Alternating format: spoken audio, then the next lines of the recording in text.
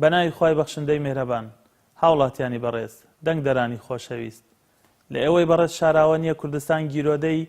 کۆمەڵێک کێشەی جۆراوجۆری قوڵە لەسەر و هەمویانەوە کێشەی خراپی سیستمی حکومڕانی بە جۆرێک کابینە یەک لە دوای یەکەکانی حکوومەتی هەرێمی کوردستان بە تەواوەتی لاوازی خۆیان لە گەیاندنی خزمەتگوزاریەکان پیشان داوە بۆ چاکردنی ئەو سیستەمە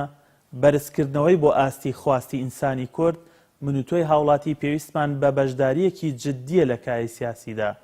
باشترین دەرفەت بۆ ئەو بەشداریە هەڵبژاردنە کە تیایدا تۆی هاوڵاتی مافی ئەوەت هەیە و ئەو دەرفەتت بۆ دەڕەخسێت تا تعبیر لەو خواستەی خۆت بکەیت،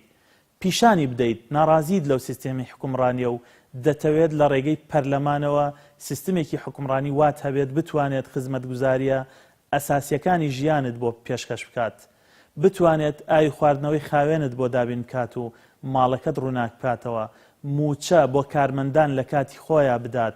خوێندنگە و نەخۆشخانەی پێشکەوتوو، شەقامی پێویست و پارک و شوێنی حەوانەوەت بۆ بنیاد بنێت. هەموو ئەوانە بە هەڵبژاردنی کەسانی دڵسۆز، لێهات و خەمخۆر بە توانا و خاوەن بەرنامەی سەرکەوتوو دێنە دی. خوازیارین بە دڵسۆزیمان لە ئاست متمانەی تۆی دەنگدەردابین. عومەر گوڵپی، کاندیدی ژمارە 8 لە لیستی 194 کۆمەڵی ئیسلامی کوردستان.